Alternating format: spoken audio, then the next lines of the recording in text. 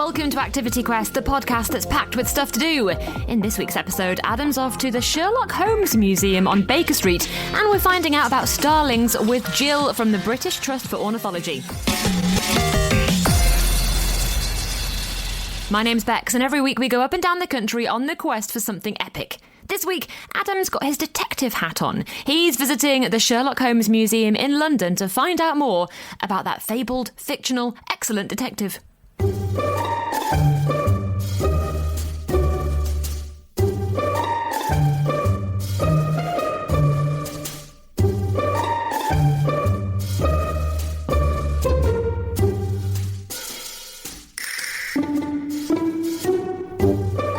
Hi, my name's Paul Lahan. I work at the Sherlock Holmes Museum.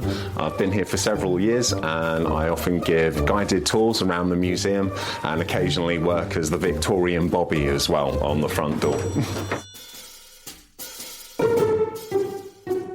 The Sherlock Holmes Museum is an attraction for tourists and Sherlock Holmes fans from around the world, which brings the stories and Sherlock's Victorian world to life. The museum's located at 221B Baker Street, arguably the world's most famous address, in a 210-year-old Grade 2 listed Georgian townhouse.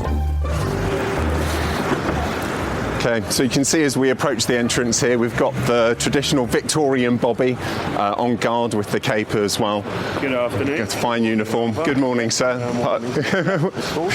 Yeah, and then we'll come through the hallway here. So Sherlock's apartment's on the first floor level. So we'll come up the staircase here. So the entire place is designed to look like an old Victorian... Well, it's an old Georgian house. The house itself is about 210 years old now.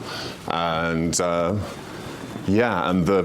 vast majority of all the furniture and the items, they all come from the Victorian era, and so they're antique to the time period. Wow, so I see some iconic items in front of us. There's a magnifying glass, there's a pipe, and there's a very specific type of hat. So talk me through what this room would be. So this is the study and essentially the heart of 221B. It's where Holmes and Watson would spend their leisure, discuss cases and meet those illustrious clients as well. We've got Dr. Watson's desk here with his medical kit bag full of gruesome surgical tools and the Times newspaper from 1881, the year they first met at St. Bart's Hospital and moved to this address.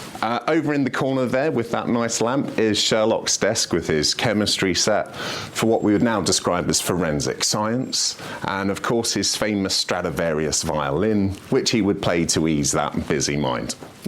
Paint me a bit of a picture of life outside these very nice windows might have been like during the time period that Sherlock Holmes is, in the stories, working. One of Sherlock's favourite disguises for gathering intelligence was as a horse groomer, because of course there were horses and carts on all the streets in London, and the people who worked with the horses, they would see the comings and goings of everyone that lived in the local area. So dressed as a dishevelled kind of horse groomer, he would do an afternoon's work, and once the people there liked to talk with him and stuff, he gathered a lot of gossip about the local people. So certainly this part of London here, you would have seen plenty of horses and traffic with that. And to be fair, such a fashionable part of London here as Marylebone next to Regent's Park, it's always looked quite beautiful, I presume, or certainly for a very long time.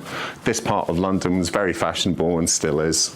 And it was quite a different world in the East End of London. Amazing. Should we go on and find another? Yeah, let's have a look through here in Sherlock's bedroom. This is Sherlock's bed, and on the bed there you'll see his travel case with parts of his disguises as well. The black hat, the Capello Romano, was worn by priests at the time, and this was part of his favourite disguise. He dressed as a priest in lots of adventures, but it didn't fool a certain lady called Irene Adler, who said "Good night, Mr. Holmes" when he was wearing it all. Of course, elsewhere in here, you've got the iconic deerstalker cap there in the glass display, and on the bedside table a book about bees. Holmes was fascinated by the creatures, and he wrote a book on the subject. And when he retired at the age of 50, he became a beekeeper at the family home in Sussex. Sherlock Holmes is a fictional character. That's right. Everybody, I was saying, I'm going to go to the Sherlock Holmes Museum to lots of people, and they said, oh, okay, enjoy it. But we're talking about him as if he was a real person. Sure, yeah. Who wrote the Sherlock Holmes stories? Sir Arthur Conan Doyle. He was the creator of the character Sherlock Holmes that we all know well and love. He created such a character that, like you say, people believe in him, or at least they want to believe in him. They enjoy the idea, that he did exist and was solving these cases around London at that time period. Conan Doyle, he was born in Edinburgh in the sort of late 1850s. Into a fairly poor background, where he, through his brightness and diligent studies, got a place at Edinburgh Medical School, where he met his professor, Dr. Joseph Bell, who was said by Doyle to be the real inspiration for the character Sherlock Holmes. You said that people used to write letters, still do write letters, asking for the help of Sherlock Holmes. Yes. Do you have some? Yes, let's have a look. Let's pop upstairs. So, here we go, past the dinner bell.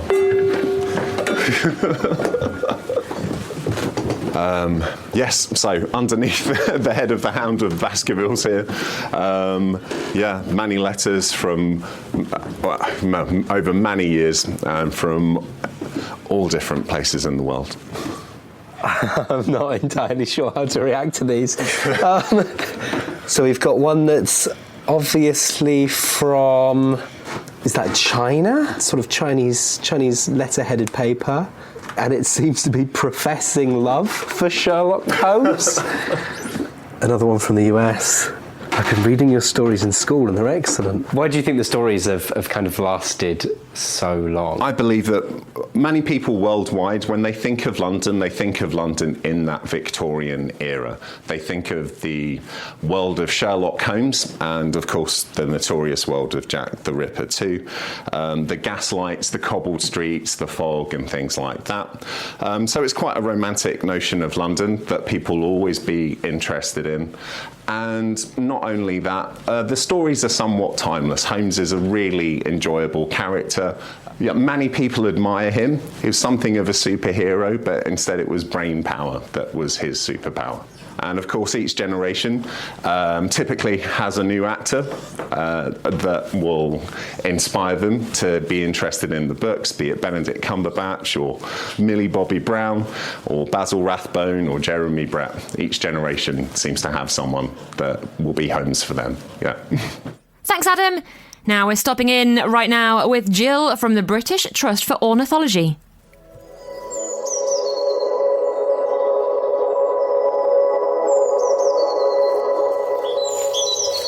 Birds have many ways of communicating, from songs that defend their territories to clever imitations that can fool even the most experienced birdwatchers. One of the most fascinating mimics in the bird world is the starling, a bird whose talent for mimicry has baffled and delighted observers for centuries.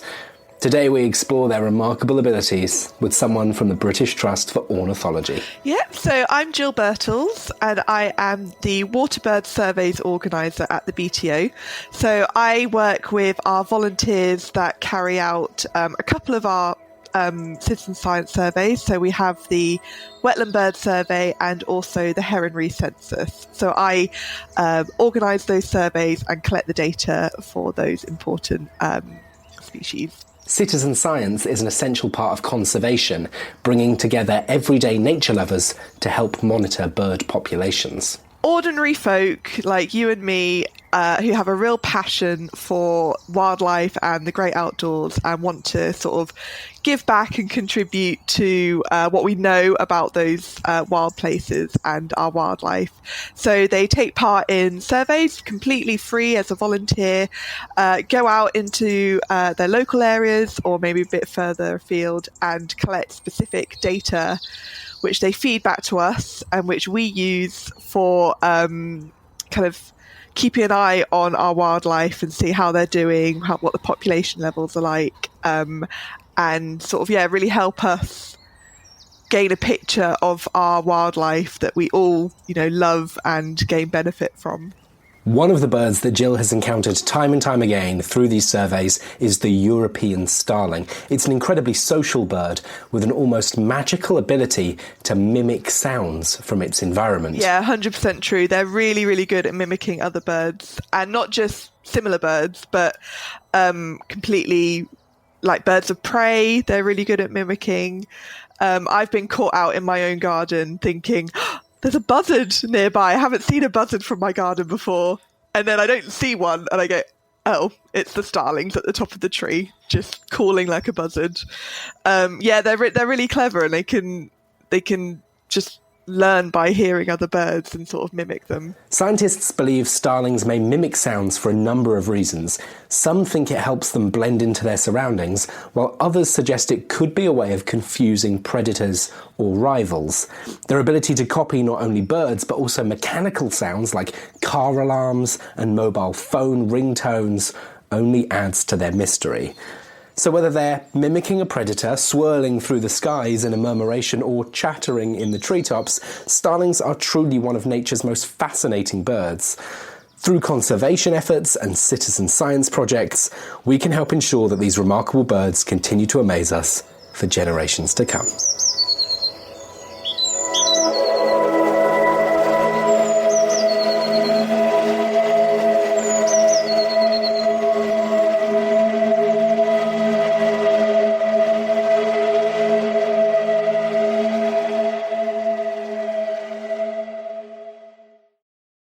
Big thank you to Jill and big thank you to Adam. What a podcast. That's all we've got time for you today. I'm Bex, and this has been a podcast from the UK's children's radio station, Fun Kids. Listen to me on your DAB digital radio, online, on the free Fun Kids mobile app, and on your smart speaker. Just say, play Fun Kids every weekday from 4 p.m. See you soon.